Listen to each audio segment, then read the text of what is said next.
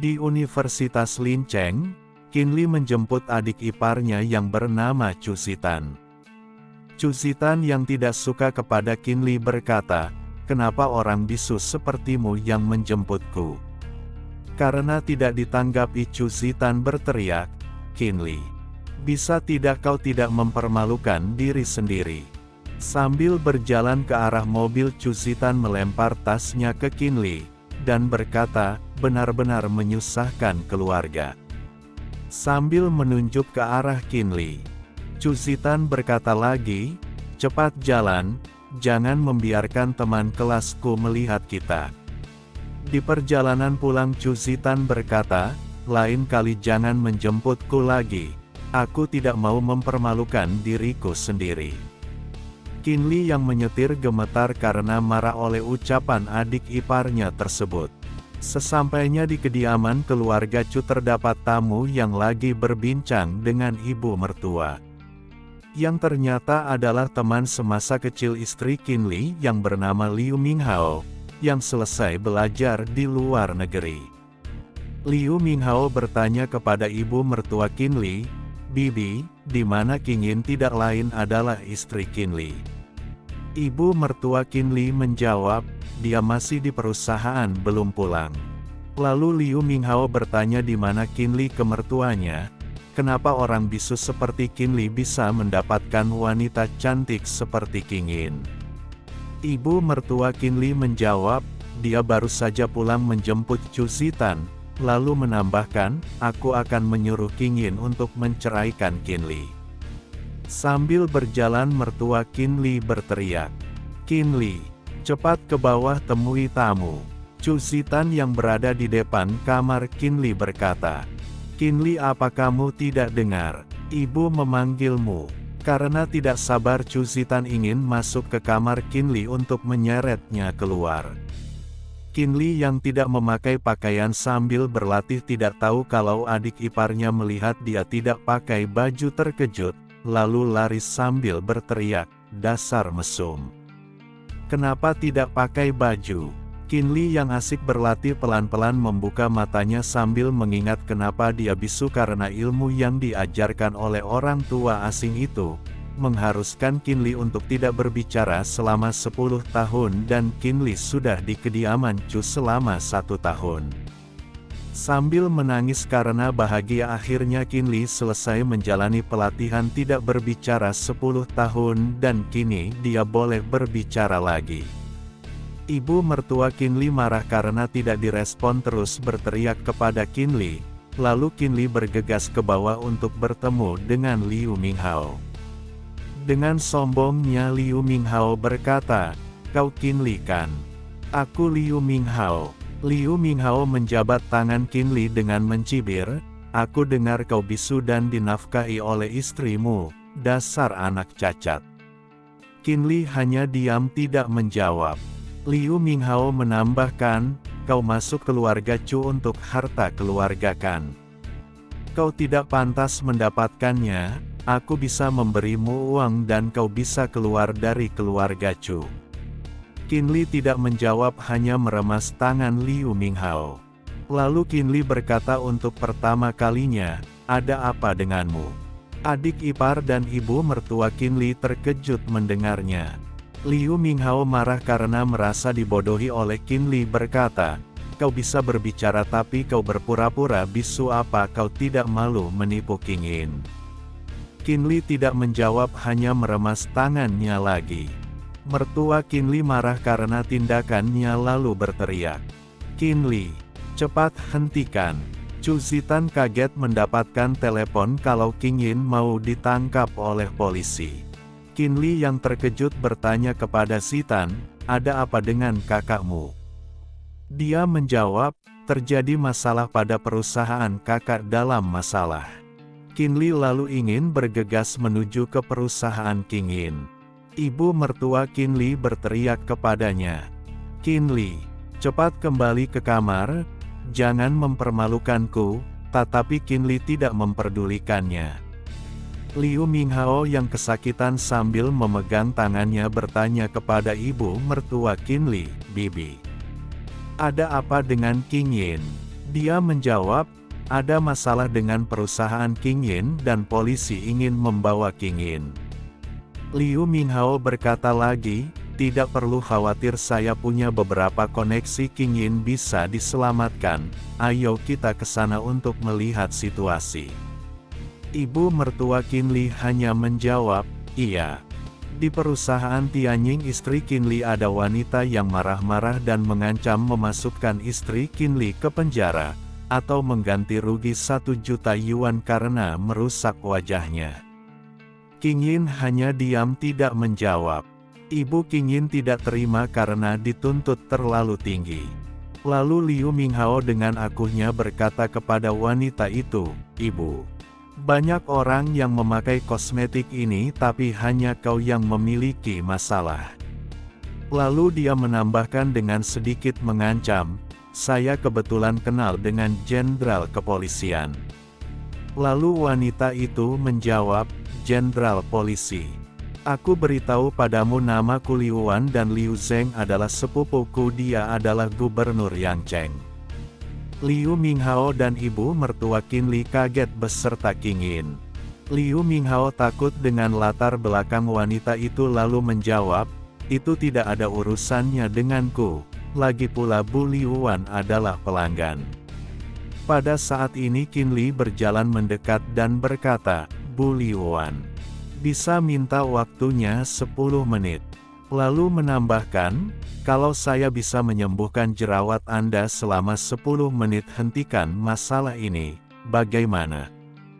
King Yin yang kaget dengan Qin Li yang tiba-tiba bisa bicara bertanya. Qin Li, kamu bisa bicara. Liu Minghao yang kesal dengan Qin Li menyela, dasar menantu yang tidak berguna. Ingin menunjukkan kehebatannya, jangan membuat keluarga Chu malu. Qin Li tidak menanggapi, hanya terus berjalan ke Liu Wan. King Yin yang khawatir berbicara. Qin Li, apa yang ingin kamu lakukan? Aku sudah cukup kesulitan, jangan kamu menambah lagi masalah untukku. Tetapi Qin Li dengan percaya dirinya menjawab, sayang, jangan khawatir, aku yang sekarang sudah berbeda dengan yang dulu. Sesekali aku harus melakukan tugasku sebagai seorang suami. Liu Minghao yang kesal dengan kepercayaan diri Qin Li, bergumam, hanya berbicara mudah, lakukan dan buktikan kalau kamu berguna sebagai seorang suami. Qin Li tidak menanggapi Liu Minghao, tetapi langsung berbicara ke Liu Wan, saya punya cara untuk menyelesaikan jerawat yang ada di wajahmu.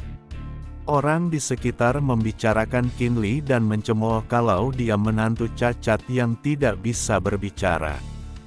Lalu dijawab oleh rekan kerjanya, dia hanya menantu yang dinafkahi istrinya dan lelaki yang tidak berguna, hanya bisa membual yang bisa bikin malu istrinya. Ada wanita juga yang menambah, kenapa nona keluarga Chu bisa jatuh cinta kepadanya. Teman di sampingnya hanya diam mendengarkan karena kesal. Liu Wan berkata kepada Qin Li, atas dasar apa aku mempercayai ucapanmu?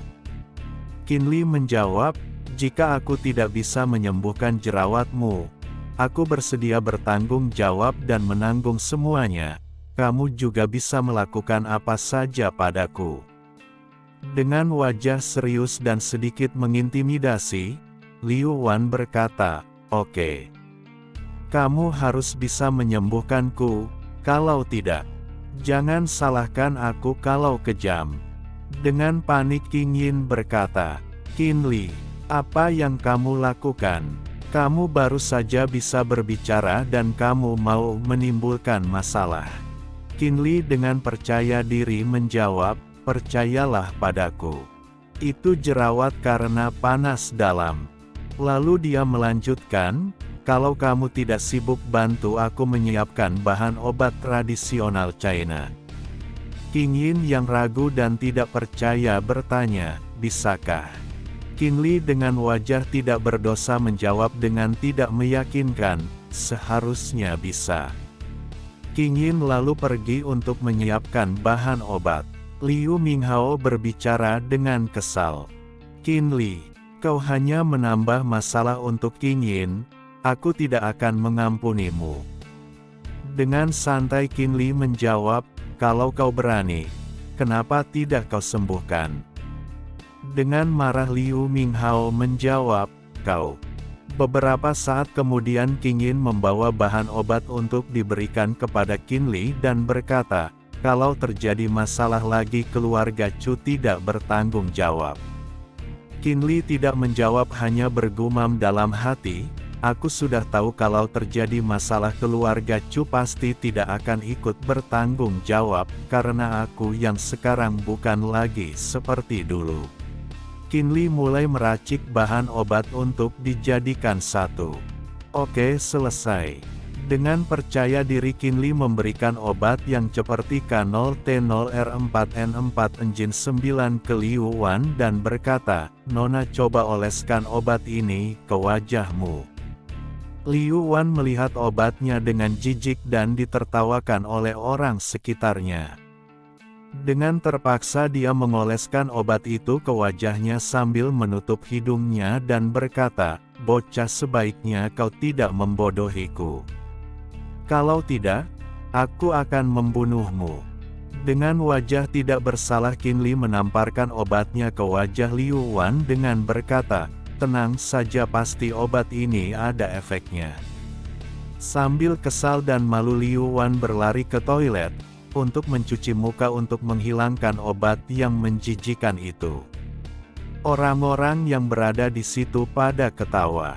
Qin Yin bergumam, apakah berhasil? Liu Wan berteriak dari dalam toilet. Lalu dia keluar dengan bersemangat berkata, anak muda bagaimana kau melakukannya? Ini benar-benar ajaib, bagaimana mungkin? Begitu terkejutnya Liu Minghao dan orang-orang di sekitar. Dengan percaya diri Qin Li menjelaskan, sebenarnya produk dari perusahaan tidak ada masalah. Yang menjadi masalah pada kondisi tubuhmu yang panas dalam dan kosmetik yang berlawan, jadi aku hanya memberikan anti-inflamasi. Liu Wan hanya mengangguk-anggukkan kepala. Orang-orang pada tidak percaya dengan kondisi yang tidak terduga itu. Qin Yin yang bingung bertanya, bagaimana kau bisa melakukan itu? Dia menjawab, aku dulu belajar farmakologi di sekolah. Liu Wan mendekat dan bertanya pada Qin Li, anak muda apa kau bisa menyembuhkan penyakit lain? Qin Li menjawab, aku tidak bisa menjawab dengan pasti. Sebelum melihat pasien terlebih dahulu. Penyakit pamanku sangat rumit. Jika kamu bisa menyembuhkannya aku akan memberikanmu 500.000 yuan. Liu menjawab dengan tergesa-gesa. Qin Li menjawab, oke, aku setuju. Qin Yin yang khawatir menyela, kau sudah gila. Lalu melanjutkan dengan panik, kau tidak boleh pergi. Kau bukan dokter. Qin Li menjawab dengan percaya diri, tenang saja, aku punya batasan sendiri. Karena dianggap remeh Qin Yin marah, kau kira kau itu siapa? Kalau kau mengobati orang sampai mati, orang keluarga Chu tidak akan bertanggung jawab. Qin Li tidak menjawab, hanya berjalan, yang membuat Qin Yin kesal dan berteriak, Qin Lei. Qin Li mengambil nafas dengan berat lalu berkata tanpa berhenti, kalau terjadi masalah aku akan bertanggung jawab sendiri dan tidak akan melibatkan keluarga Chu. Beberapa saat kemudian di rumah sakit kota Yangchen. Dokter, apa benar tidak ada cara lagi? Gubernur kota Yangchen Liu Zheng bertanya kepada dokter. Dokter menjawab, kondisi pasien semakin memburuk kalau dilakukan prosedur operasi. Resiko operasi akan semakin besar. Liu Wan yang baru saja sampai bertanya kepada sepupu Liu Zheng, Zheng kenapa paman ada ICU? Liu Zheng menjawab, pagi ini tiba-tiba ayah memburuk, sekarang dokter Miji ada di ruang untuk penyelamatan. Apa? kata Liu Wan dengan terkejut, lalu dia menambahkan, Azeng ini adalah dokter pengobatan tradisional China, yang baru saja aku temukan, dia adalah orang yang sangat luar biasa, mungkin bisa menyembuhkan paman. Liu Zeng lalu menatap Qin Li dan bertanya, kau dokter? Qin Li menjawab, iya. Melihat Qin Li masih muda, Liu Zeng tidak terlalu percaya dan berkata, kamu masih terlihat 20-an tahun, lalu melanjutkan, mana lisensi medismu? Dengan santai Qin Li menjawab, maaf. Aku tidak memiliki lisensi medis. Dengan marah Liu Zeng berkata pada Liu Wan, apa kau bercanda? Aku tidak akan membiarkan orang ini mengobati penyakit ayah. Liu Wan hanya bisa tercengang. Lalu dia berkata kepada Qin Li, maaf Dr. Qin, sebaiknya kau pergi. Qin Li hanya bisa diam tidak menanggapi. Tiba-tiba suster keluar dari ruang dengan tergesa-gesa dan berkata, kondisi pasien melemah, harus segera diselamatkan. Liu Wan dan Liu Zeng terkejut dengan berita tiba-tiba ini. Mereka bertiga masuk ruang ICU, masalahnya ICU kok tidak pakai jas untuk pengunjung, hihi. Liu Zeng mendekati ranjang ayahnya dan memanggil, ayah. Lalu Liu Zeng dengan panik bertanya, Dokter Miji, bagaimana kondisi ayahku? Dia menjawab, saya benar-benar minta maaf. Kami sudah berusaha semampu kami. Pada saat ini Liu Wan mendekat dan membujuk, Azeng lebih baik kita biarkan dia melihat kondisinya.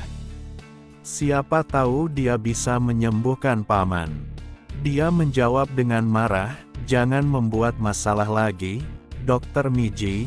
Dokter terbaik Yang Chen tidak bisa, apalagi dokter yang tidak memiliki lisensi.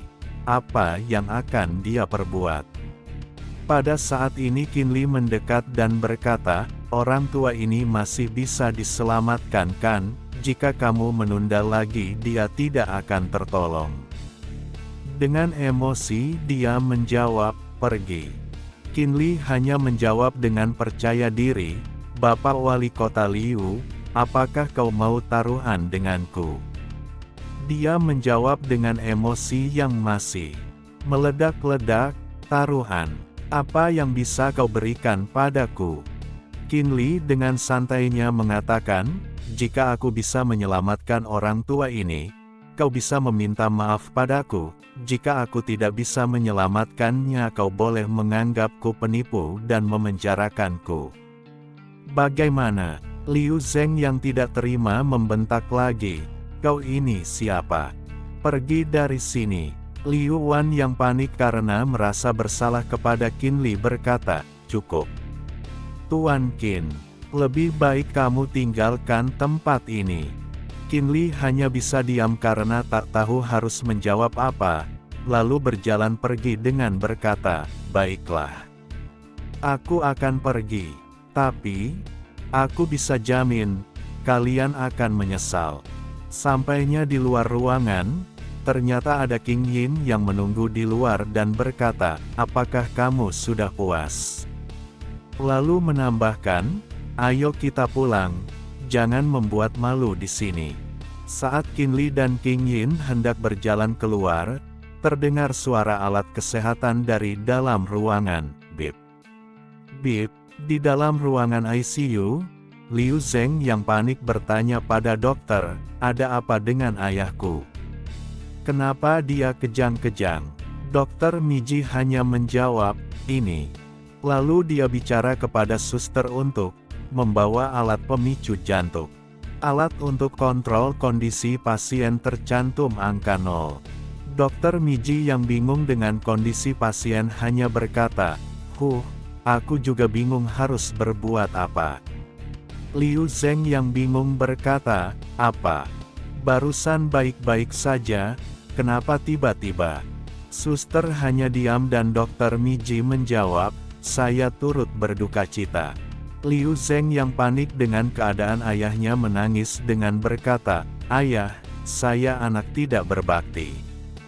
Maafkan saya.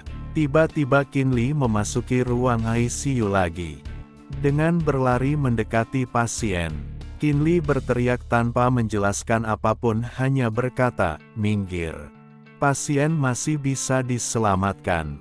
Lalu Kinli mengeluarkan jarum akupuntur yang telah diajarkan oleh kakek tua yang hebat itu, ilmu kedokteran, 10 tahun yang lalu. Lalu dia memusatkan tenaga dalam ke jarum akupuntur.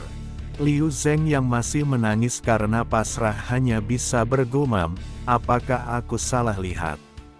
Anak muda ini memancarkan energi yang sangat kuat. Kinli yang sudah berlatih tidak boleh berbicara selama 10 tahun, hendak menancapkan jarum akupuntur di bagian dada pasien. Bukannya akan sia-sia latihannya selama 10 tahun kalau tidak bisa menyelamatkan satu nyawa orang. Lalu yang terakhir Kinli menancapkan jarum terakhir di bagian leher pasien dengan pasti dan akurat. Pasien merespon dengan batuk seteguk darah. Liu Zeng dan Liu Wan hanya bisa terkejut dengan pergantian peristiwa tersebut. Kinli hanya bergumam, "Untung saja." Tepat pada waktunya, Dr. Miji yang ada di belakang terkejut hanya bisa berkata, "Bagaimana bisa?" Liu Zeng dan Liu Wan yang senang membantu pasien untuk duduk karena sudah siuman. Lalu pasien berkata, "Maaf. Sudah membuat kalian khawatir." Kinli hendak pergi karena sudah selesai. Liu Zeng bersujud dari tempatnya ke Kinli. Dia meminta maaf kepada Kinli karena sudah bertindak tidak baik, tetapi Kinli masih tetap menyelamatkan ayahnya. Kinli hanya membantunya berdiri dan berkata, "Wali kota, saya taruhan hanya untuk menyelamatkan pasien. Sekarang ayah Anda sudah stabil, kedepannya hanya menjaga kesehatan saja." Liu Wan yang bersemangat dan agak bersalah kepada Kinli, meminta maaf dan bilang akan memberikan uang 500.000 yuan kepadanya. Lalu Kinli keluar dari ruangan ICU, yang ditunggu oleh King Yin. King Yin berkata, "Hebat sekali. Dokter hebat Qin, kebetulan hari ini kau beruntung, lain kali jangan membuat masalah lagi." Kinli hanya diam tidak menjawab. Liu Minghao yang mengikuti diam-diam di belakang hanya bisa mengumpat dalam hati, "Dasar anak sialan." Kinli dan King Yin pulang ke rumahnya bersama. Sesampainya di rumahnya ditunggu oleh kedua mertuanya, karena ibu mertua Kinli khawatir kepada King Yin bertanya, "Apakah kamu takut King Yin? Masalah hari ini membuatku takut." King Yin hanya menjawab, "Bu, tidak apa-apa, masalah sudah selesai." Lalu ibu mertuanya memarahi Kinli untuk membereskan tempat tidurnya. Dia tidak menjawab dan pergi. Beberapa saat kemudian Kinli yang sudah beres-beres memberitahukan kepada King Yin, terkejut melihat istrinya, yang lagi latihan yoga di kamar. Sambil tetap latihan King Yin bertanya, katanya Kinli memalukan tindakan yang kurang baik di rumahnya. Kinli hanya menjawab, "Tadi pagi saya lupa mengunci pintu kamar, gadis itu melihatku saat berganti pakaian." Dia bertanya lagi, "Hanya seperti itu?" Kinli sambil melirik istrinya. Kancing baju yang berada di gunung kembarnya lepas. Lalu dia menjawab, "Iya, seperti itu." Masih tetap latihan yoga, King Yin hanya berkata, kalau dia memahami sifat adiknya dan Kinli tidak akan menindasnya. Lalu dia menambahkan, kalau lain kali jangan mencampuri urusan orang lain. Kinli yang malu melihat tubuh istrinya hanya menjawab, "Oh." King Yin mengajak Kinli, besok untuk ikut ke pesta keluarga Chu. Dia hanya mengiyakan saja. King Yin yang sangat cantik yang bisa menjatuhkan seluruh kota berbaring di tempat tidur, berterima kasih kepada Kinli, untuk pertama kalinya. Kinli hanya terkejut mendengar itu. Cerita dilanjutkan, Keesokan harinya pada siang hari di Hotel Royal. Di dalam ruangan, anggota keluarga Chu berkumpul untuk pertama kalinya pada tahun ini. Qin Li yang lagi duduk menikmati minuman dan makanannya melihat bibinya Qing Yin yang memakai pakaian mencolok, yang selalu membuat masalah untuk mereka terutama untuk Qin Li. Chu Guiqian namanya dan bertanya kepada Qing Yin. Qing Yin, kapan kalian punya anak? Qing Yin yang sudah terbiasa dengan sikap bibinya sambil dia menikmati minum menjawab, Bibi, kami masih belum siap punya anak, jadi tidak perlu tergesa-gesa. Bibinya melanjutkan, kalian masih muda. Jadi cepatlah punya anak, jangan membuat ayahmu khawatir. Qing Yin hanya berterima kasih kepada bibinya dan Qin Li tidak memperdulikan, hanya memakan makanan yang ada. Lalu bibi Qing Yin menyombongkan menantunya yang kelihatan seperti orang kaya dan menyindir Qin Li, karena bergantung pada istrinya. Dengan sedikit sombong tapi tidak sombong, Cheng Wen menjawab, Bu, Anda terlalu berlebihan, tapi tidak salah juga. Lalu ibu mertua Qin Li menimpali, menantumu kan bukan orang biasa Kak. Dengan wajah sok malu bibi Qing Yin, mengiyakan dan menyombongkan lagi menantunya, kalau dia punya bisnis sendiri, dan berkata kasihan pada Qing Yin, karena menikahi lelaki tidak berguna. Qin Li hanya makan tidak menanggapi celotehannya. Bibi Qing Yin memberi kode pada menantunya. Lalu menantu bibi Qing Yin berdiri dan memberikan kotak hadiah kepada ayahnya Qing Yin, karena ini pertama kali mereka bertemu. Dengan agak kaget dan malu tapi mau, ayah Qing Yin menjawab, wah, bagiku sudah cukup kalau kalian datang, tidak perlu sungkan-sungkan, hahaha, Cheng Wen, memang perhatian. Dengan terkejut dia membuka kotaknya, kalau itu adalah mangkuk King Hua. Dengan muka sombong Cheng Wen menjelaskan kalau pamannya ini suka barang antik, jadi dia berusaha mencari barang antik dinasti Yuan, mangkuk King Hua, dengan harga 300.000 Yuan. Keluarga Chu tercengang dengan kabar barusan, mereka berteriak, mangkuk King Hua, dinasti Yuan, 300.000 Yuan. Qin Li yang merasa ada yang tidak beres menggunakan kemampuan matanya untuk melihatnya. Benar saja mangkuk itu tidak beres, ternyata ada energi jahat pada mangkuk itu, yang ternyata barang imitasi yang pernah ditaruh di kuburan yang memupuk energi gelap, yang bisa mendatangkan malapetaka.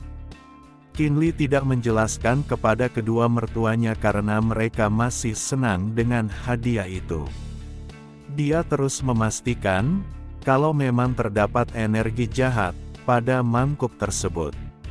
Karena merasa berada di atas angin, Cheng Wen menyela dan bertanya pada Qin Li, apakah dia mempunyai hadiah juga. Dia melanjutkan sambil tertawa, kalau Qin Li hanya orang cacat yang bergantung pada istrinya, pasti tidak memiliki uang untuk membeli hadiah. Lalu dia menawarkan pekerjaan sebagai tukang sampah dengan gaji 1.000 Yuan. Qing Yin yang mendengar itu marah, sambil membanting gelas minuman ke meja berkata, kakak ipar, terima kasih atas kebaikanmu, walau begitu, Qin Li adalah keluargaku, jadi jangan berbicara seenaknya padanya. Masih tetap ketawa, Cheng Wen berkata, haha, iya, dia, hadiah saja tidak mampu membelinya, aku merasa dia tidak pantas bersamamu. Pada saat ini Qin Li menjawab perkataannya dengan berkata, kalau dia buru-buru, jadi tidak menyiapkan hadiah. Cheng Wen yang kaget karena Qin Li bisa bicara, lalu istrinya melihat pada Qin Li sambil berkata, meskipun kau bisa bicara pun tetap menjadi orang tidak berguna dan kalau membawa hadiah pasti tidak akan berguna. Sambil percaya diri Qin Li menjawab, tidak peduli apa hadiahku, yang pasti hadiahku lebih berguna daripada miliknya yang palsu. Cheng Wen yang ketahuan sedikit malu, tapi tidak mau mengakuinya. Di sampingnya bibi King Yin marah karena menantunya dituduh memberikan barang palsu, dan kedua orang tua King Yin kaget. Qin Li hanya menjawab, "Seberapa bagusnya barang yang kau berikan, barang ini memang palsu." Karena merasa tidak nyaman, karena Qin Li tahu tentang barang palsu ini, dia membanting tangannya ke meja dan berkata, "Omong kosong apa yang kau semburkan, dasar orang tidak berguna. Atas dasar apa kau mengklaim barang ini palsu?" Dengan santai tanpa merasa bersalah Qin Li menjawab, kalau dia ingin membuktikan kalau itu palsu. Semua keluarga Chu, tidak ada yang percaya.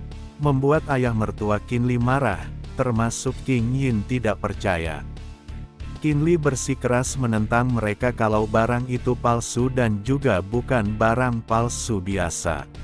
Karena Qin Li bersikeras yang membuat King Yin tidak suka dengan mengatakan kalau ini adalah pesta keluarga Chu, agar Qin Li tidak membuat masalah. Tiba-tiba terdengar suara pintu terbuka, yang ternyata wali kota, Yang Chen bersama seseorang, yang masuk ke ruangan. Cheng Wen terkejut sekaligus senang karena dengan kedatangan wali kota Yang Chen, lalu bertanya kenapa bisa ke sini. Lalu sambil menjilat kepada wali kota Yang Chen, Cheng Wen berjalan mendekatinya dan akan memperkenalkan keluarga Chu padanya, sebagai ketua divisi. Tetapi Cheng Wen dilewati oleh Liu Zeng yaitu wali kota Yang Chen, yang langsung ke arah Qin Li dan berterima kasih atas bantuannya kemarin. Qin Li menyambut Liu Zeng dengan santai. Cheng Wen yang malu dan canggung karena diabaikan bicara pada Liu Zeng, "Pak Wali Kota Liu. Qin Li dulu orang cacat bisu. Apakah Anda salah orang?" Sambil marah Liu Zeng berkata, "Apa, cacat, kau?" Cheng Wen yang takut buru-buru menjelaskan sambil berlutut, Aku adalah Cheng Wen, yang baru menjadi kepala divisi." Liu Zeng yang tidak suka pada Cheng Wen langsung bertanya pada Qin Li, "Pak Qin, apakah kamu ada konflik dengan Cheng Wen?" Qin Li hanya menjawab dengan santai, "Hehe, tidak ada." Dan menjelaskan kalau dia kakak iparnya.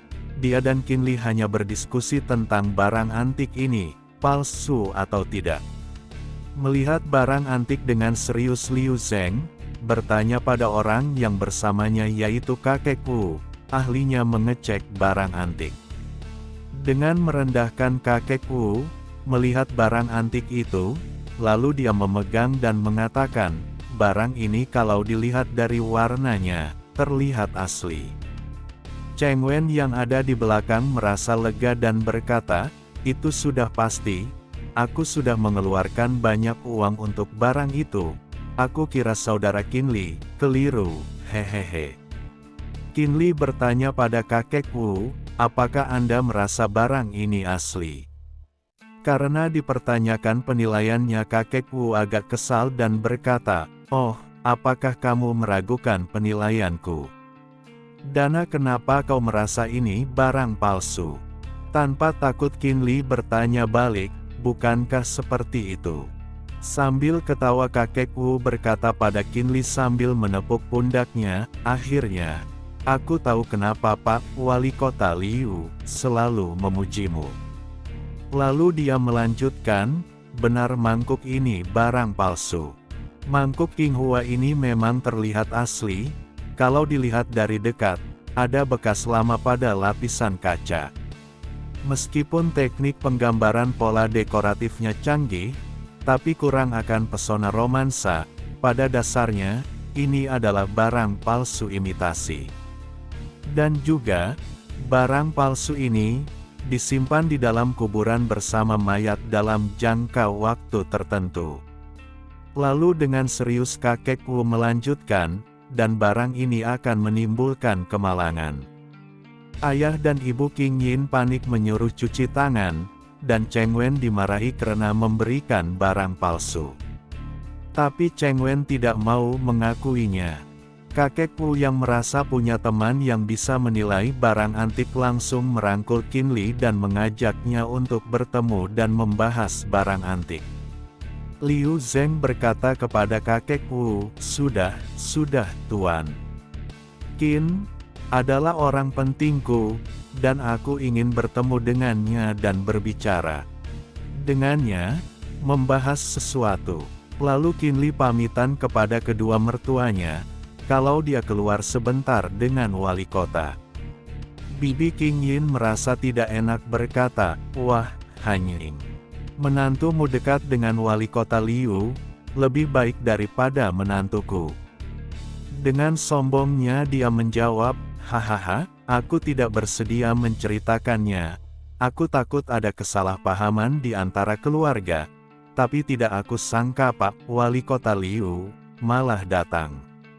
Setelah Qin Li dan Wali Kota Liu di luar, Qin Li langsung bertanya, ada masalah apa Pak Wali Kota Liu? Cepat katakan.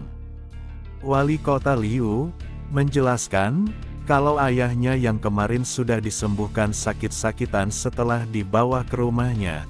Dalam 2 bulan ini, Wali Kota Liu, istri dan anaknya juga merasa kurang enak badan akhir-akhir ini. Tapi diperiksakan ke dokter tidak ada kelainan. Qin Li yang merasa ada keanehan berkata, apakah saya boleh memeriksa nadinya? Dia menjawab, tentu, sambil menyodorkan tangannya. Lalu Qin Li memeriksanya dan ternyata ada kejanggalan. Wali Kota Liu bertanya dengan panik, bagaimana Tuan? Qin Li hanya menjawab, tenang saja Wali Kota Liu, setelah selesai acara keluarga Chu, aku akan berkunjung ke rumahmu dan menyelesaikan masalah ini dengan tuntas. Wali Kota Liu menjawab dengan semangat, bagus sekali. Aku akan menunggumu di rumah. Qin Li kembali lagi ke ruangan, sampai selesai acara keluarga, mereka pulang bersama, dengan Qin Li membopong ayah mertuanya yang mabuk karena senang. Lalu Qin Li memasukkan ayah mertuanya ke mobil, dan dia pamitan ke Qing Yin kalau dia akan keluar sebentar dan menyuruh mereka pula dulu. Qing Yin hanya menjawab, terserah. Mereka pulang, Qin Li mengeluarkan smartphone-nya dan memasang navigasi ke rumahnya Wali Kota Liu, sambil berjalan kaki. Sesampainya di gang kecil Qin Li dihadang oleh Liu Minghao, yang membawa para preman, sambil berkata, Qin Li, kita ketemu lagi, kali ini aku akan mengirimmu ke neraka. Qin Li hanya diam melihat navigasi di smartphone-nya, kalau rumah Wali Kota Liu, kurang 50 meter lagi. Qin Li yang dicegat oleh Liu Minghao, dan gerombolannya hanya diam di sana tanpa berbicara. Liu Minghao mengancam dan berkata, Qin Li, kalau kau mematahkan kedua lenganmu sendiri, aku akan melepaskanmu. Qin Li menanggapi sambil menggaruk telinganya, ternyata kau, Liu Minghao, benar-benar seperti hantu gentayangan. Liu Minghao berkata lagi, tenang saja, kalau kau tidak mau melakukannya sendiri, aku akan membantumu. Lalu dia menambahkan, teman-teman, 50.000 yuan untuk mematahkan satu lengannya. Mereka menyerbu ke arah Qin Li untuk memukulnya. Qin Li mengedarkan tenaga dalamnya dan bersiap untuk bertarung. Lalu dia menendang leher salah satu orang, memukul perut orang lain, dan menendang punggung orang lain juga, dan perkelahian yang tidak seimbang terjadi dan semua orang-orang yang dibawa oleh Liu Minghao jatuh semua. Dan dia berkata dengan wajah menyeramkan, hanya segini saja. Yang membuat Liu Minghao tercengang, dan berbicara dalam hati, bagaimana mungkin? Bukannya dia orang bisu cacat, kenapa menjadi orang yang kuat? Qin Li menyuruh Liu Minghao untuk mendekatinya, yang membuat Liu Minghao lari terbirit-birit dengan berteriak, jangan kemari. Qinli hanya menghembuskan nafas tanpa mengejar, lalu dia melanjutkan perjalanan ke rumah wali kota Liu. Sesampainya di kediaman wali kota Liu, di depan pintu masuk dia merasakan aura jahat terpancar. Lalu dia menekan bel pintu. Wali kota Liu membuka pintu dengan wajah yang kusut dan menyapa, "Tuan Qin, aku sudah lama menunggumu, ayo kita masuk." Setelah mereka masuk, wali kota Liu memberitahukan tempatnya kepada Qinli, sambil menunjuk ruangan. Qinli hanya merasa keadaannya lebih serius dari yang diduga. Tiba-tiba saat menuju ruangan tersebut, istri wali kota Liu berteriak, yang membuat mereka bergegas ke sana sambil berlari. Sesampainya di ruangan wali kota Liu, langsung membuka pintu ruangan dan bertanya karena khawatir, "Istriku, ada apa? Apakah Jie sakit lagi?" Lalu wali kota Liu mendekati istrinya, dan istrinya bergumam dengan terkejut, "Jie, Mi, melayang." Qinli melihat ada sosok hantu di belakang Jie, yang lagi kesakitan. Liu Zeng yang panik berkata, "Tuan Qin, coba lihat." Qinli hanya menjawab, "Tenang, aku akan menyelamatkannya sekarang." Sosok hantu, yang melihat itu sangat marah, dan langsung merasuki Jie, sambil berteriak, "Kau jangan menyentuhku, pergi dari sini." Qinli langsung melemparkan jarum akupuntur ke arah Jie, lalu energi mereka bentrok. Kedua orang tua Jie panik karena dia jatuh ke tempat tidur dan mendekatinya dengan berteriak, "Jie." Qinli mencegah mereka mendekat, "Jangan mendekat. Ini belum selesai." Karena Qinli sudah membuatnya masuk di antara alisnya, sekarang tinggal menyingkirkannya dengan jarum akupuntur. Karena panik, istri wali kota Liu berteriak padanya, "Liu Zeng, kenapa kau membawa si sampah ini? Kalau terjadi sesuatu kepada Jie, aku ingin dia menebus dengan nyawanya." Liu Zeng menjawab, "Tutup mulutmu." Mereka berdua mulai terpengaruh dan Qinli harus cepat menyelesaikannya, dengan menancapkan jarum akupuntur di antara alisnya. Jie berteriak saat jarum akupuntur tertancap. Lalu sosok hantu itu mulai keluar dari tubuh Jie.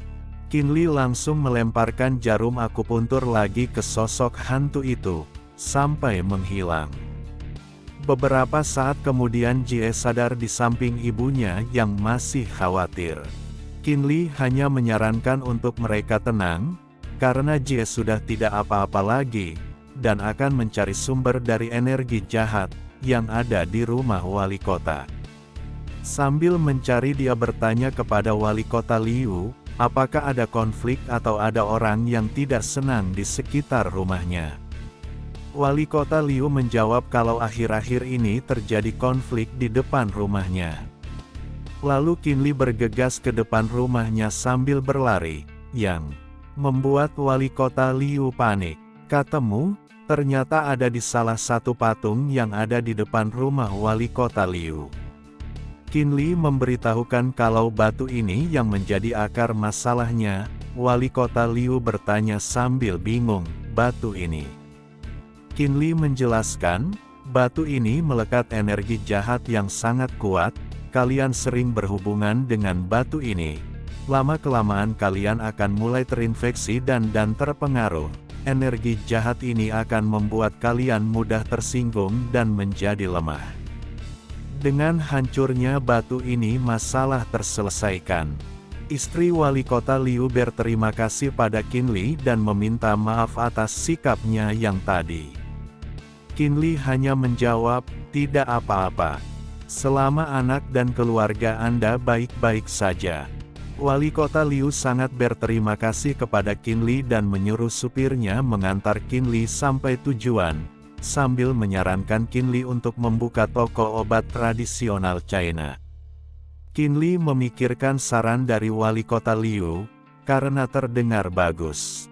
Lalu wali kota Liu memberikan toko obat tradisional China kepada Qin Li sebagai tanda terima kasih. Qin Li menerima saran itu dan berterima kasih kepada wali kota Liu.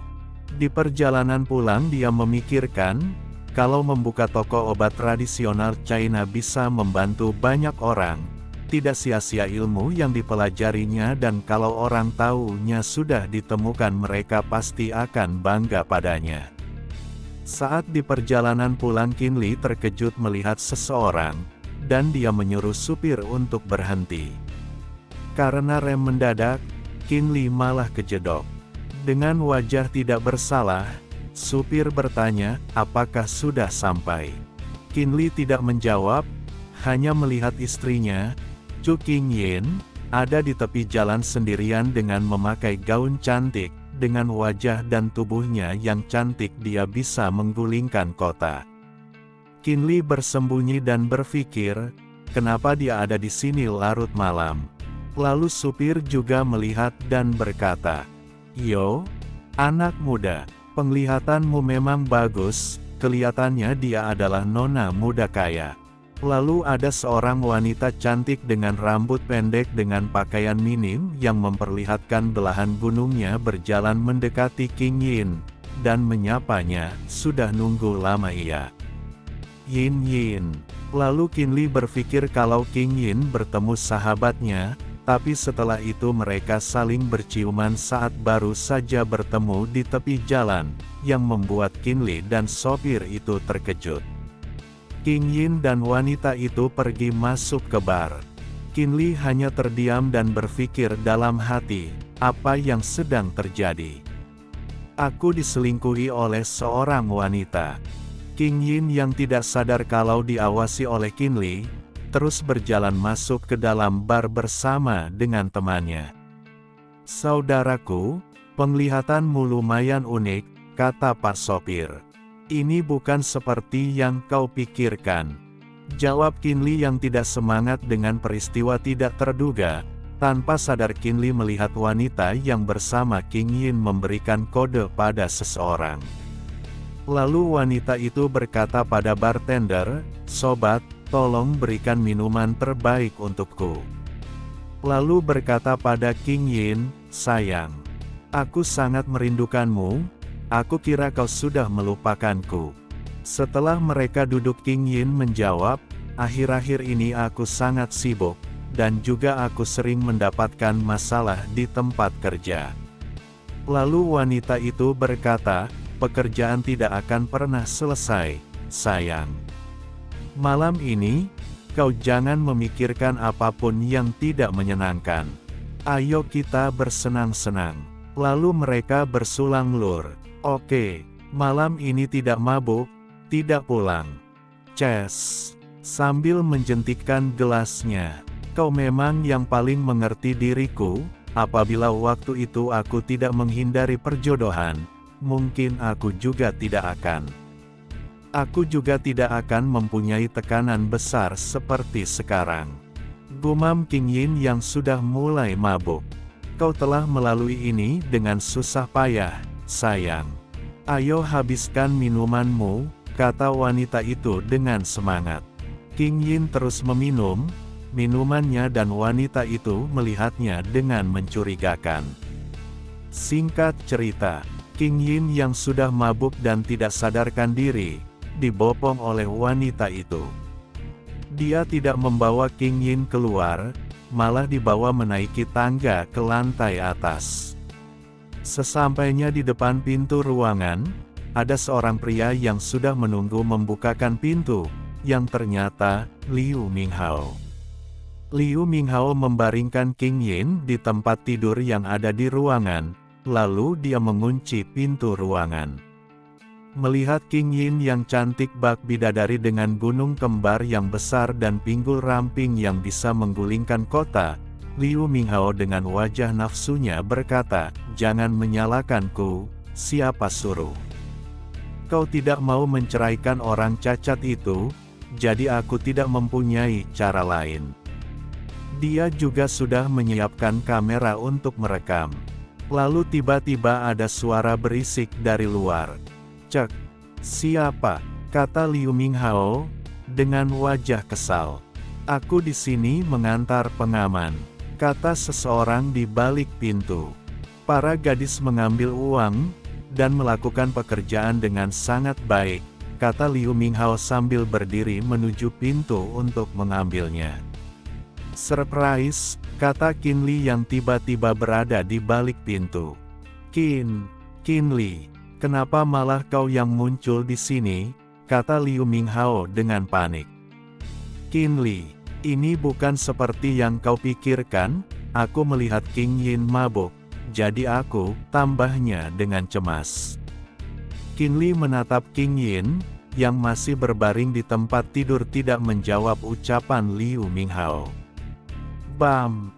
Qin Li langsung memukul Liu Minghao sampai dia terpental ke dinding, sampai dia menyemburkan seteguk darah. Katakan, bagaimana kau ingin mati? Kata Qin Li yang sangat marah.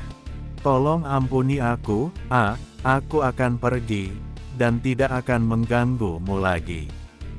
Kata Liu Minghao sambil memohon. Qin Li hanya melihat Qin Yin yang berbaring di tempat tidur beberapa saat, lalu dia menjawab, baiklah. Kau bisa pergi, dan jangan muncul lagi. Terima kasih, terima kasih, terima kasih, kata Liu Minghao sambil berdiri lalu berjalan untuk pergi. Tetapi tiba-tiba, matilah kau Qin Li. Ucapan Liu Minghao sambil menyerang Qin Li menggunakan pisau. Qin Li membalas tindakannya menggunakan jarum akupuntur dan menusukkannya sambil berkata, sebelumnya aku sudah melepaskanmu 2 kali, tidak disangka kau tidak berubah, jadi tolong jangan salahkan aku. Liu Minghao pingsan seketika, lalu ditendang keluar oleh Qin Li. Untung saja hari ini aku melihatnya, kata Qin Li sambil menutup pintu. Lalu, Qin Li menuju ke Qin Yin dan menyembuhkan mabuknya. Kau sudah bangun, bagaimana perasaanmu? Tanya Qin Li. Saat sudah sadar, lalu terkejut karena tiba-tiba ada di sebuah tempat tidur Qin Yin langsung menamparkan Qin Li. Barusan aku menyelamatkanmu, tapi kau malah menamparkanku, apa maksudmu? Kata Qin Li yang bingung. Menyelamatkanku? Jelas-jelas kau mau memperkosaku, kau bilang menyelamatkanku. Aku tidak percaya omonganmu. Kata Qin Yin dengan marah sambil menutupi tubuhnya dengan tangan. Berdiri, lalu Qin Li berjalan keluar sambil berkata, aku tidak melakukannya, terserah kau percaya atau tidak. Qin Li, dasar brengsek, pergi kau. Kata Qin Yin yang marah sambil melempar bantal ke arah pintu. Lalu Qin Yin melihat rekaman yang ada di kamar. Singkat cerita, Qin Li yang berada di sebuah taman mendapatkan telepon, yang ternyata Liu Wan, dan dia menanyakan apakah Qin Li masih memiliki obat untuk wajah, karena dia ingin membeli dengan jumlah yang banyak dan minta ditambah efek pemutih juga. Dia akan beli 200 stok dengan mentransfer 2 juta yuan, tapi Qin Li mengatakan kalau modalnya tidak tinggi, jadi jangan membayar terlalu banyak. Tapi Liu Wan tetap bersikeras, sambil mensupport toko obat tradisional China yang akan buka katanya. Qin Li hanya bisa berterima kasih. Singkat cerita, kita berpindah ke kediaman keluarga Chu. Qin Yin yang menunggu, sambil melihat jam karena sudah larut malam, tetapi Qin Li belum juga pulang khawatir dan cemas, takut Qin Li marah karena dia sudah salah paham terhadap Qin Li. Tiba-tiba pintu rumah dibuka dan Qin Li masuk rumah, melihat Qin Yin di sofa, mereka saling menatap. Kenapa kau baru pulang? Tanya Qin Yin. Aku mengurusi masalah. Jawab Qin Li. Anggap saja aku tidak bertanya. Sahut Qin Yin lagi karena malu tidak terbiasa mengkhawatirkan Qin Li. Qin Li hanya meliriknya tanpa menjawab. Itu, hari ini, kata Qin Yin dengan gugup. Ada apa denganmu hari ini? kau terlihat aneh. Sahut Qinli. Aku akan dipecat dari perusahaan, kata Qing Yin dengan sedih sambil memeluk bantal yang masih duduk di sofa. Qing Yin yang masih duduk di sofa menceritakan kepada Qinli, kalau teman-teman kantornya membicarakan masalah Liu Wan kepada pemimpin perusahaan, yang akhirnya pemimpin perusahaan mencarinya untuk mengundurkan diri. Qinli hanya menjawab dengan santai, tak perlu dipermasalahkan kalau memang mengundurkan diri. Marah dengan sikap Qinli yang tak acuh, Qing Yin berteriak, tak masalah katamu, kalau aku dipecat, lalu siapa yang mengurus keluarga ini? Apalagi sekarang susah untuk mencari pekerjaan baru. Qinli mendekati Qing Yin dan duduk di depannya sambil bicara, maksudnya bukan begitu. Apakah kamu ingat waktu itu, pasien yang aku selamatkan? Dia adalah ayah dari wali kota Liu. Wali kota Liu? Tanya Qing Yin. Iya? Lalu aku juga menyelamatkan anaknya juga, jadi beliau ingin membukakan toko obat tradisional China untukku. Dan lagi aku juga mendapatkan uang dari menyelamatkan orang, kalau saatnya sudah tiba, toko dibuka. Kalau kau bersedia, kau bisa membantuku mengelola toko obat, kata Qinli. Jadi kau tak perlu khawatir, tambahnya lagi. Qing Yin yang mendengar itu hanya terdiam sambil berpikir, apakah dia menghiburku dengan mengatakan, akan membuka toko obat.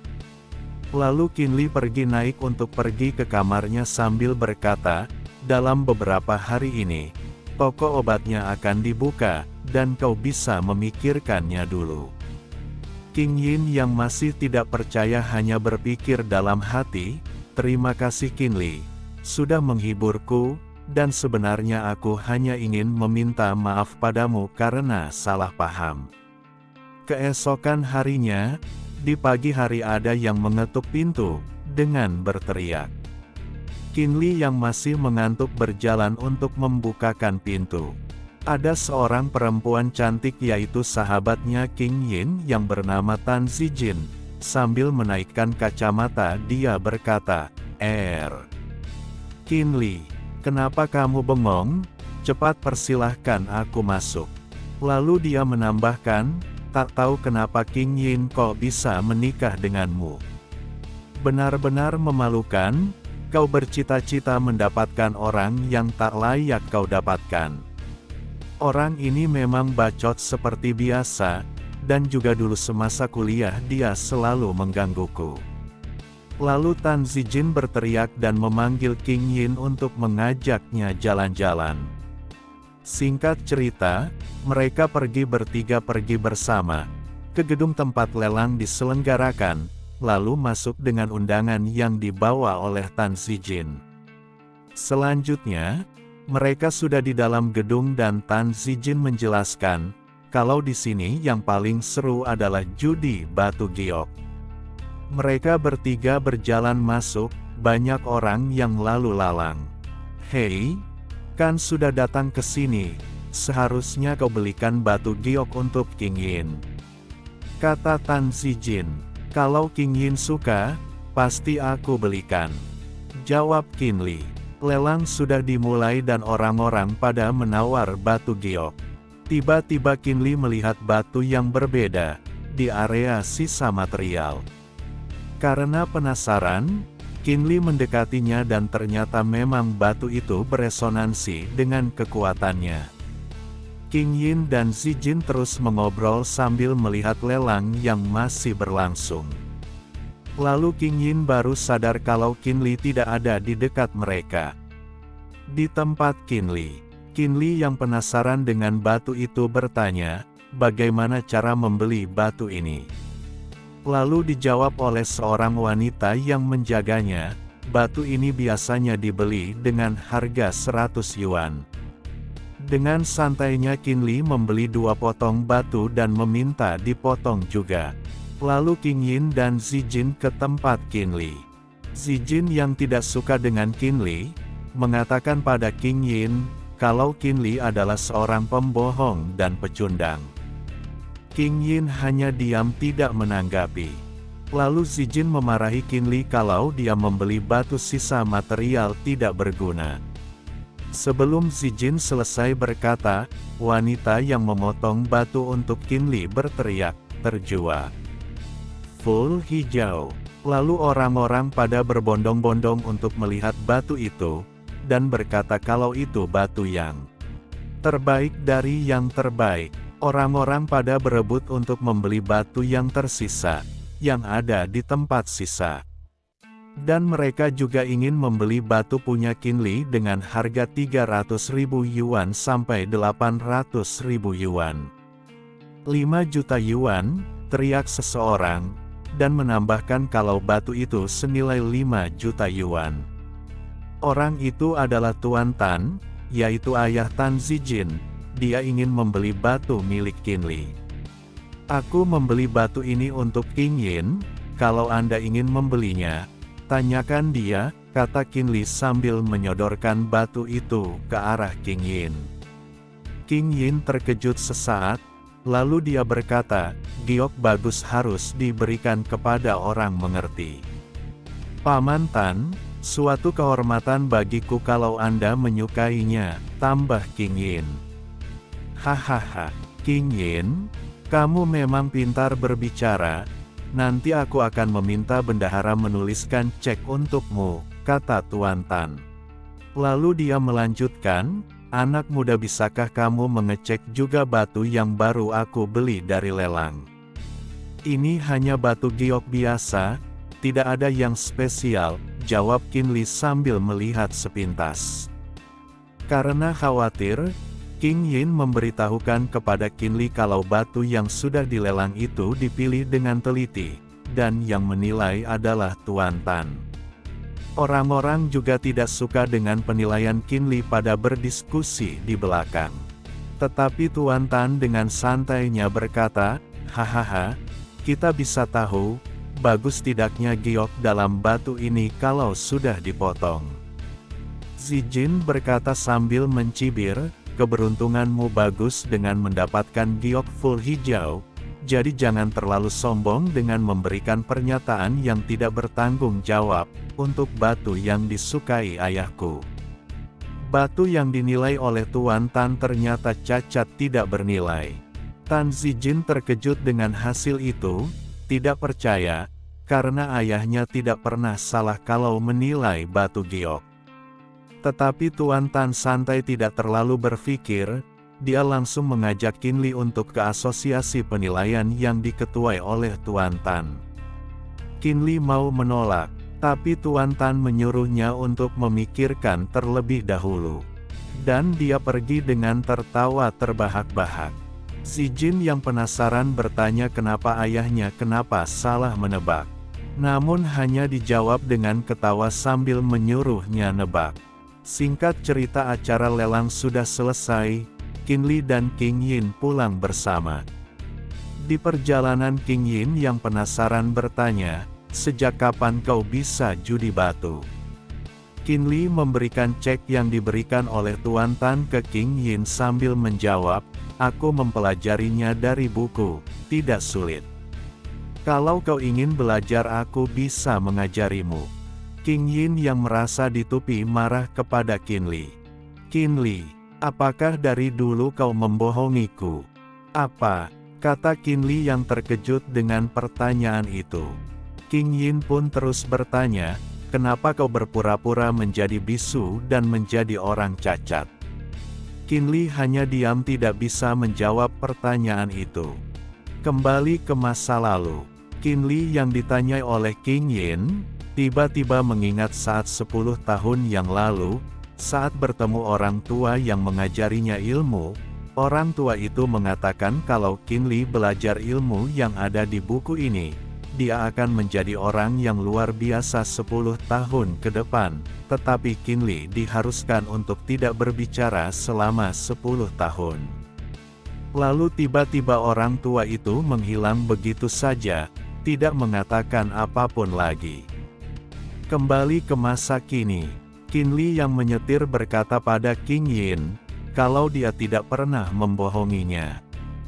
Tetapi King Yin tetap tidak percaya akan ucapan Qinli. Dia bertanya lagi, "Kenapa kamu mau menikah denganku?" Qinli hanya menjawab, "Apa kamu masih ingat kejadian di masa lalu?" King Yin mengingat masa lalu. Qinli yang bisu selalu dibuli oleh orang-orang di sekitarnya, namun King Yin menyelamatkannya dengan gagah berani seperti Wonder Woman, udah cantik, baik lagi. Wah, istri idaman ya guys ya. Dan King Yin mengingatnya. Lalu Qinli mengatakan, "Saat kamu mencariku, untuk menikah denganku setelah lulus kuliah, aku sebenarnya sangat senang." Iya, siapa juga tidak senang kalau orang secantik dia mengajak menikah ya guys iya. Lalu dia menambahkan, "Meskipun aku tahu pernikahan ini hanya sebuah alasan bagimu." King Yin yang merasa malu bertanya, apakah kamu tidak membenciku?" Qinli berkata dengan percaya diri, "Kenapa aku harus membencimu? Keluarga Chu tidak melakukan kesalahan apapun padaku, begitu juga denganmu, dan juga di dalam isi hatiku, kamu selalu aku anggap sebagai istriku." King Yin yang tidak terbiasa mendengar ucapan romantis dari Qinli, wajahnya memerah karena malu.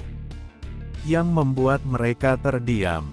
Lalu Qinli berkata lagi dengan sedikit malu, kalau besok adalah hari di mana toko obat Qinli mulai dibuka, dan dia berharap King Yin untuk datang dan melihat-lihat. King Yin yang mendengar itu sontak terkejut dengan mengatakan, "Apa? Aku kira kamu hanya bercanda, ternyata kau sungguh-sungguh." Lalu dia menambahkan dengan sedikit memberi saran, "Kalau mengobati dan menolong pasien itu tidak semudah yang kau pikirkan." Qinli hanya menjawab, kalau dia hanya akan mengobati penyakit kecil, seperti demam dan pilek. Lalu King Yin ngambek, ya seperti itulah wanita kalau ucapannya tidak direspon dengan benar, apalagi dia khawatir pada Qinli. Singkat cerita, keesokan harinya, toko obat tradisional China milik Qinli mulai dibuka. Banyak orang yang datang untuk berkunjung dan mengucapkan selamat. Paman dan bibi King Yin juga datang berbincang dengan ayah King Yin.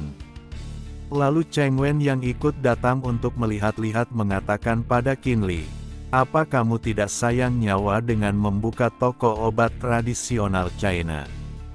Qinli hanya menjawab dengan santai, "Apakah karena membuka toko obat, jadi tidak sayang nyawa?"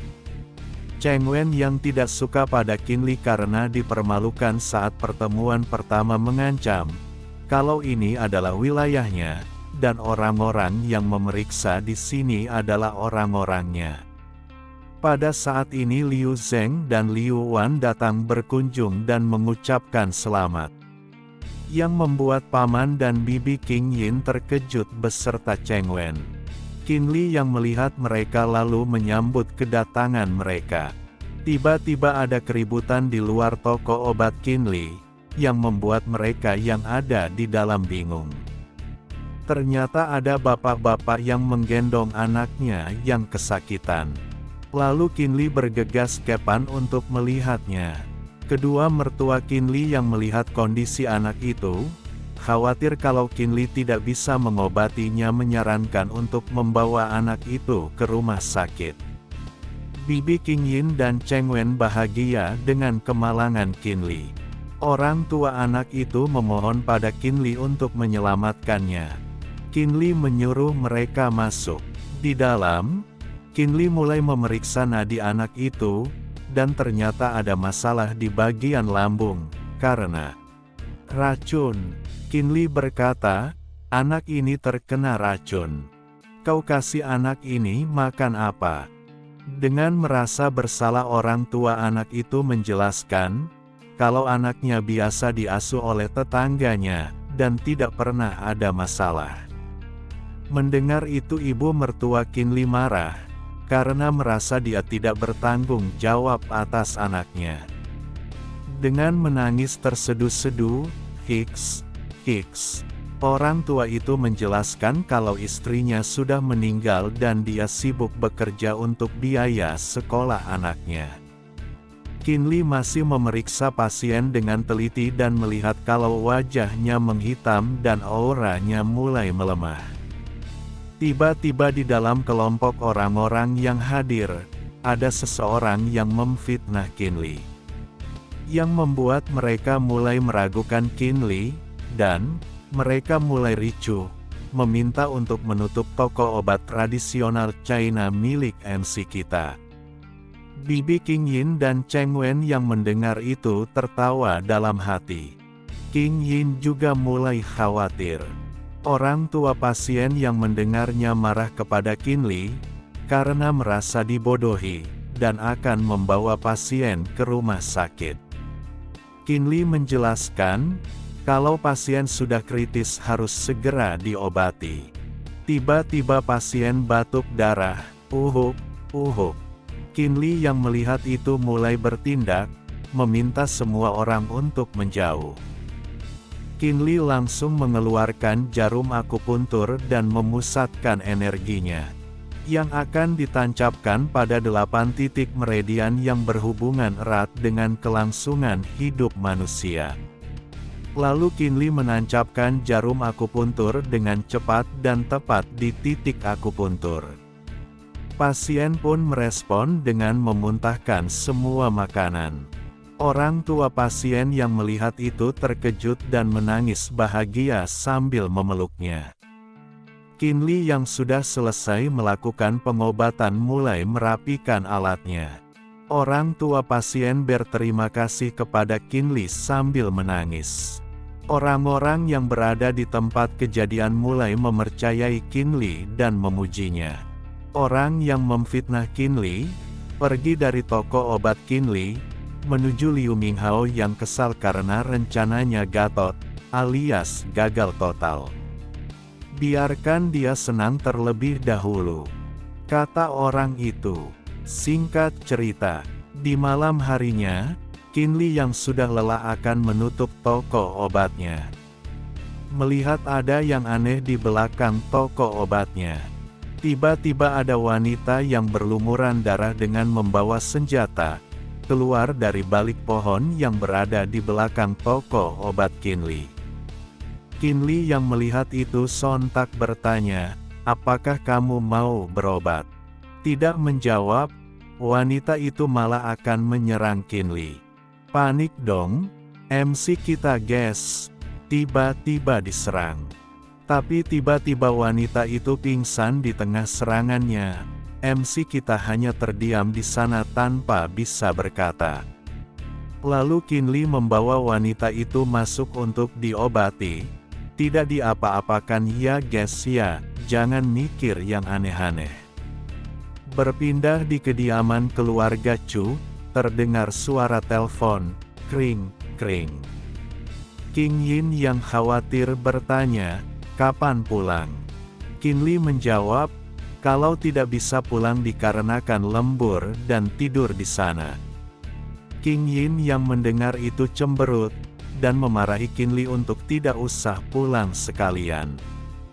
Kinley yang mendengar istrinya yang cantik marah hanya bisa terdiam, dan berpikir untuk membelikan hadiah, supaya tidak kena marah lagi.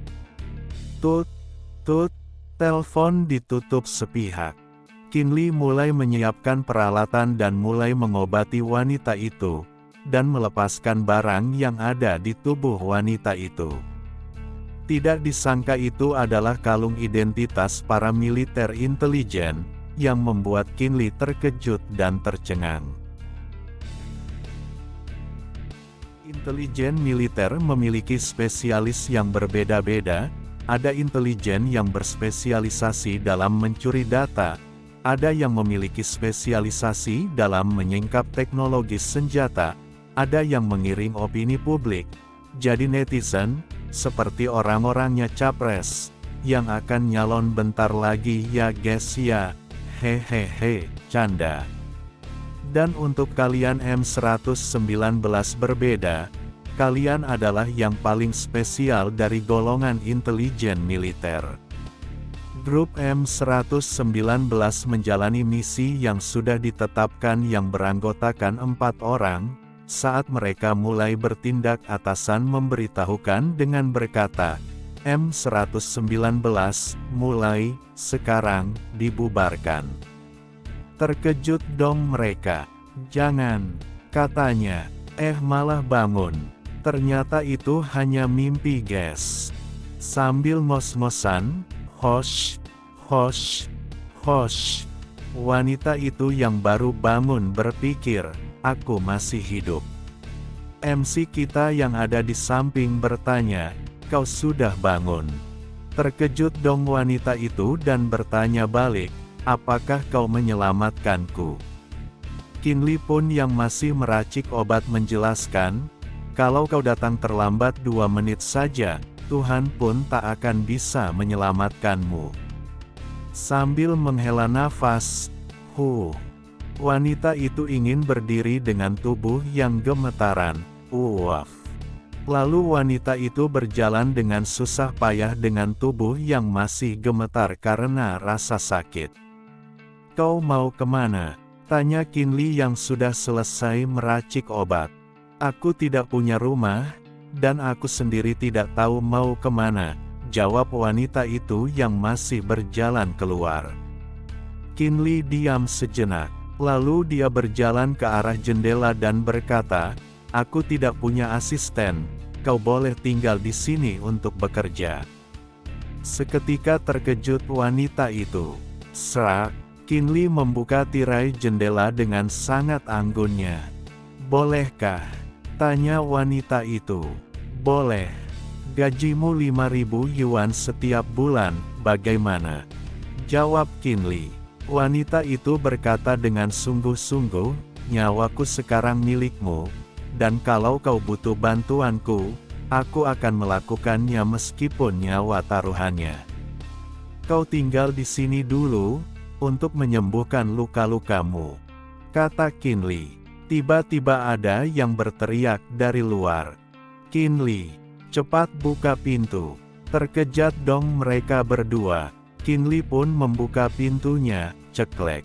Zijin yang masuk berkata, Kinli, cepat ikut aku.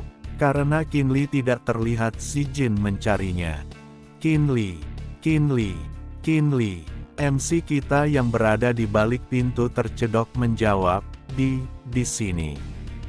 Kinli yang kesakitan sambil mengelus wajahnya bertanya, kenapa pagi-pagi mencariku? Apa kamu sakit? Zijin menjawab, kau yang sakit.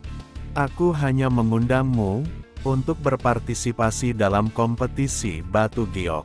Kinli pun bingung karena tidak tahu, tapi sama Zijin langsung diseret tanpa bertanya lagi. Singkat cerita, mereka pun tiba di tempat kompetisi diselenggarakan. Zijin yang masih menyeret Kinli, menyapa ayahnya.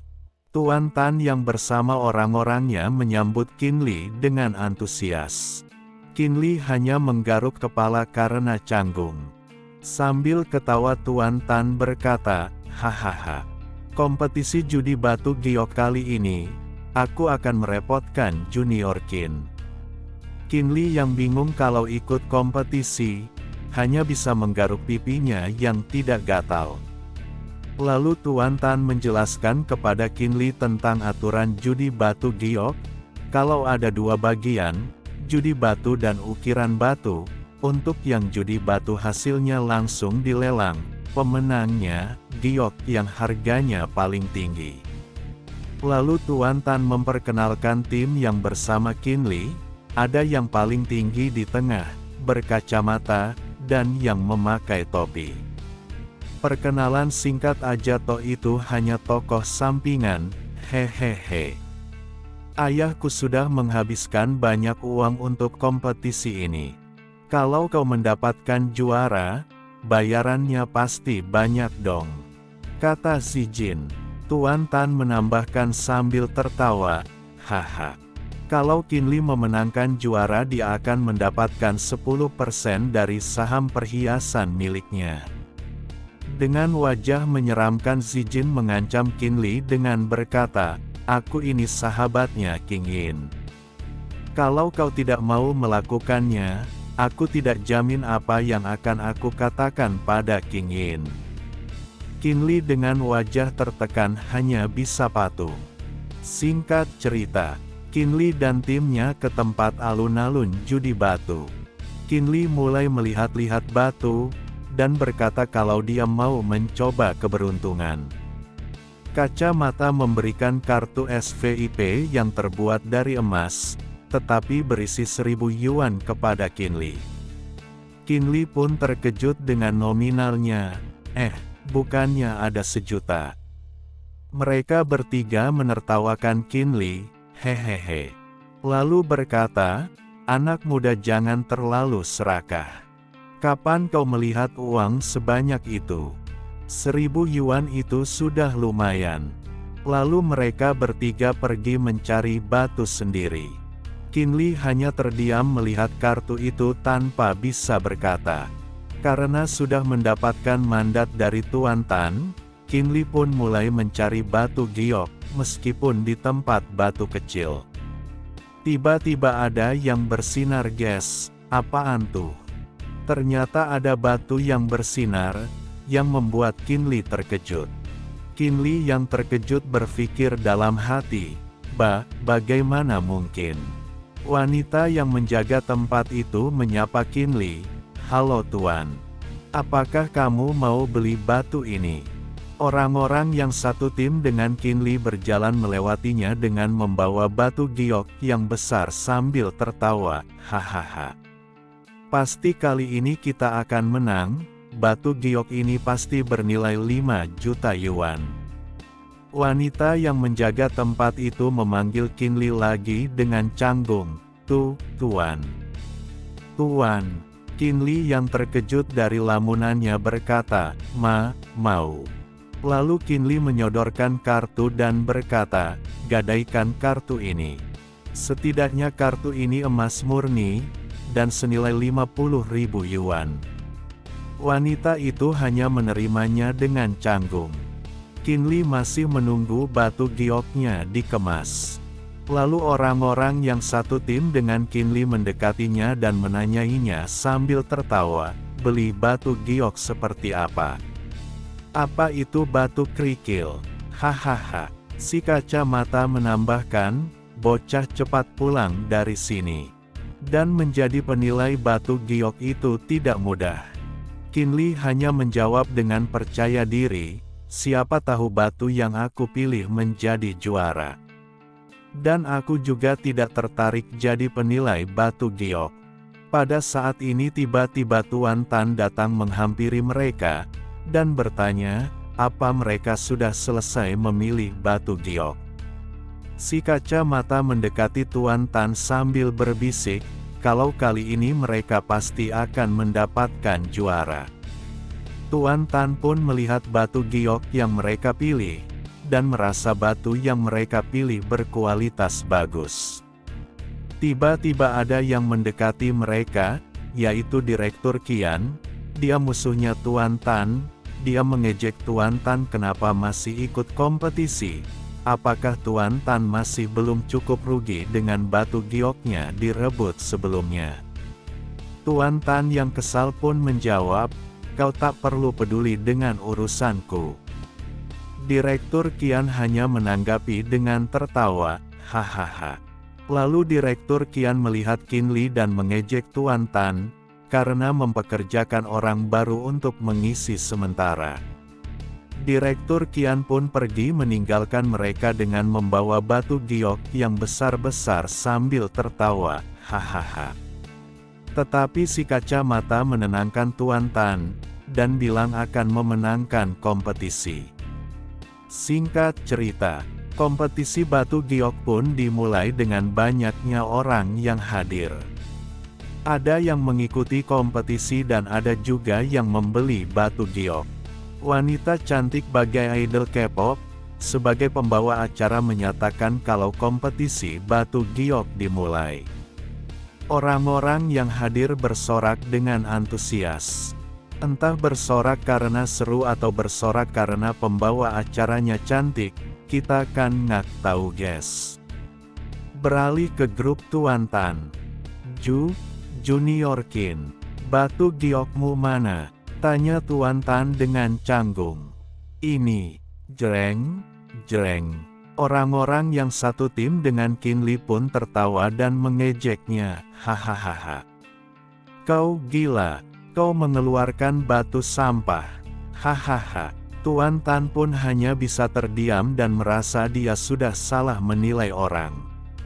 Oke guys, sudah karena capek mengejek MC kita pindah ke panggung kompetisi. Potongan batu giok pertama dengan kualitas terbaik. Orang-orang mulai menawar untuk batu itu. 30 juta yuan, 38 juta yuan, 42 juta yuan. Si kacamata pun tercengang, karena di awal kompetisi saja sudah ada penawaran yang tinggi. Pembawa acara memberitahukan juara sementara dengan penawaran 63 juta yuan, 52 juta yuan, dan 42 juta yuan. Dia juga mengatakan kalau sekarang waktunya grup Tuan Tan. Si kacamata pun berjalan ke panggung kompetisi dengan membawa batu gioknya sendiri. Dia mulai membelah batu giok sambil bergumam, hijau, hijau, hijau. Tuan Tan yang gugup berdoa dengan keringat dingin, tetapi Qin Li hanya memasang wajah bosan dengan bergumam, uang jutaan terbuang sia-sia. Wah, cerah sekali warnanya. Tuan Tan beserta penonton bersemangat, pembawa acara pun menantikan dengan antusias. Jreng, batu putih, gak guna, anjay, bikin kaget aja. Si kacamata dan dua orang lainnya pun tercengang dengan muka jeleknya. Udah jelek makin jelek, makanya jangan banyak korupsi, jangan kayak orang plus 26. Tuan Tan pun tercengang, tetapi orang-orang pada ketawa. Pembawa acara yang cantik pun kecewa dengan hasilnya, sambil menghela nafas, hufet. Tuan Tan yang frustasi berpikir kalau grupnya sudah berakhir. Pada saat ini MC kita maju dan menaiki panggung kompetisi dengan santai dan gagah berani dengan membawa batu giok, tapi bukan batu giok biasa, yang dibungkus kotak merah. Tuan Tan yang sudah malu berharap Qin Li tidak naik. Hahaha, tawa orang-orang. Qin Li pun mulai membelah batu giok, yang bukan batu giok biasa. Terkejut dong pembawa acaranya. Full hijau. Batu yang dibawa Qin Li adalah batu yang tidak mencolok dan batu yang tidak menarik perhatian tetapi full hijau. Jelas pembawa acara, orang yang satu tim dengan Qin Li tercengang dan si kacamata tidak terima dengan hasil ini kesal.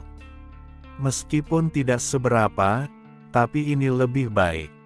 Gumam Tuan Tan. Pembawa acara dan Tuan Tan panik dong, tiba-tiba. Qin Li memotong lagi batu gioknya, sriting. Tuan Tan terkejut dong melihat. Batu yang dibawa Qin Li bersinar merah dengan sangat terangnya, apaan tuh? Giok di dalam giok yang seperti Buddha yang berwarna merah. Pembawa acara menjelaskan dengan antusias dan bersemangat kalau itu adalah giok di dalam giok, yaitu giok darah. Apa? Orang-orang terkejut sampai melongo. Qin Li dengan percaya diri dengan muka serius berkata, ini adalah giok yang kami pilih. Pembawa acara cantik itu masih antusias dengan batu giok milik Qin Li, dan menjelaskan kalau itu adalah batu giok yang sangat jarang ditemui, dan dia juga beruntung bisa melihatnya di sini. Orang-orang mulai menawar batu giok Qin Li. 90 juta yuan, 100 juta yuan, 120 juta yuan. Tempat duduk di bagian atas, mungkin. Tempat VIP iya. Ada orang yang bersemangat. Orang itu bersama dengan orang tua yang pucat, lalu dia berkata dengan heran, tidak disangka orang ini menemukan giok darah yang langka. Tiba-tiba orang tua itu batuk, panik karena orang tua itu batuk. Dia bertanya, kenapa kek?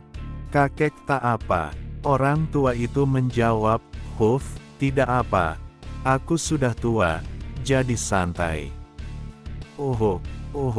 Batuk darah dong dia. Kembali ke acara lelang.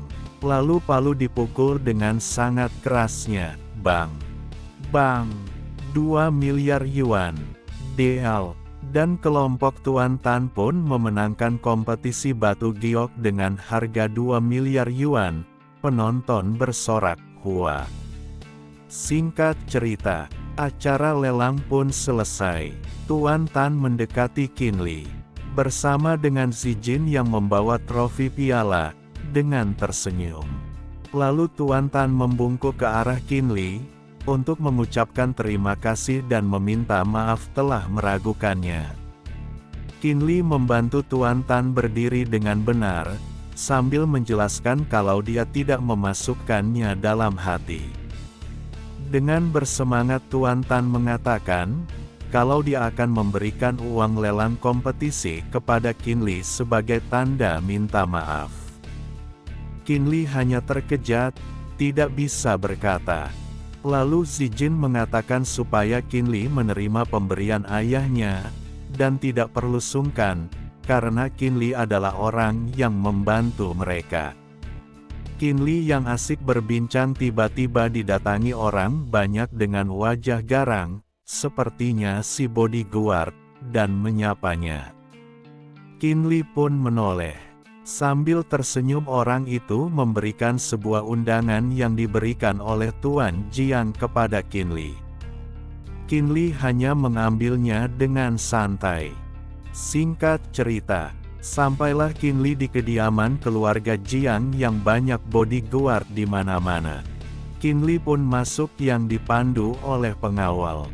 Tok, pengawal melaporkan kalau Qin Li sudah sampai. Yang langsung disambut oleh tuan muda keluarga Jiang, Jiang Jun, dan mempersilahkan Qin Li untuk masuk. Lalu mereka masuk, dan Qin Li diperkenalkan orang tua sakit-sakitan yang berada di sampingnya, yaitu kakeknya Jiang Jun, Jiang Guosong. Qin Li dan Jiang Jun pun mengobrol. Jiang Jun memuji Qin Li karena bisa mendapatkan giok darah. Qin Li hanya berterima kasih atas pujiannya. Jiang Jun yang penasaran, kenapa Qin Li memotong batu giok lagi setelah dipotong, bertanya, apakah dia sudah tahu kalau terdapat giok darah. Qin Li hanya menjawab dengan asal, kalau waktu memotong dia merasa tangannya hangat dan karena penasaran dia potong lagi. Dengan muka serius Jiang Jun mengutarakan niatnya, kalau meminta tolong mencari giok darah. Tiba-tiba kakek tua itu terbatuk-batuk, Qin Li menoleh untuk melihatnya. Kakek tua itu pun terkejut dilihat oleh Qin Li lalu bertanya, apakah ada yang aneh dengan tubuhku? Kondisi Anda sangat buruk, jawab Qin Li serius. Oh, Tuan Qin juga mahir dalam bidang medis juga, jawab kakek tua itu. Aku hanya membuka toko obat tradisional China, kata Qin Li sambil meminta untuk melihat nadi kakek tua itu. Jiang Jun pun terkejut kalau Qin Li bisa di bidang medis juga. Penjelasan singkat, itu bukan dokter, tapi seperti tabib di sini disebut Sinse. Kakek tua itu pun mengulurkan tangannya untuk diperiksa Qin Li. Qin Li pun mulai meraba dan langsung mengetahui, kalau terdapat energi jahat di tubuh kakek tua itu. MC kita langsung mengeluarkan jarum akupuntur dan langsung melemparkannya ke arah energi jahat itu. Wus. Singkat cerita, 1 jam berlalu. Yes, energi jahat yang berada di tubuh kakek itu langsung bubar. Kakek tua itu menghembuskan nafas dengan wajah cerah. Dengan senang kakek itu berkata, "Aku segar lagi." Kinli mengatakan kalau dia hanya menekan penyakitnya dan belum menyembuhkan sepenuhnya. Kakek tua itu hanya melihat Kinli tanpa berkata. Tapi Jiang Jun panik dan bertanya, apa yang harus dilakukan? Kinli yang serius bertanya, apakah kakek menerima barang berharga? Kakek tua dan Jiang Jun terkejut, dan mengingat kalau kakeknya punya bantal giok. Lalu dia memperlihatkan bantal giok itu kepada Kinli. Kinli memeriksanya lalu berkata, bantal giok ini diambil dari kuburan, dan kalau sering berhubungan akan menyebabkan kematian. Lalu kakek tua itu mengingatkan kalau saat tidur menggunakan bantal giok itu, dia akan merasa kedinginan di sekujur tubuh. Jiang Jun yang senang kalau kakeknya sembuh berterima kasih kepada Kinli, dan akan mengabulkan satu permintaan apapun yang diminta Kinli. Kinli menjawab, menyembuhkan dan menolong orang adalah tugasku. Jadi Tuan Jiang tidak perlu sungkan padaku. Lalu Kinli menambahkan, kalau permintaan, aku punya satu permintaan. Permintaan apa guys? Saya juga tidak tahu. Ini bersambung dulu, hehehe.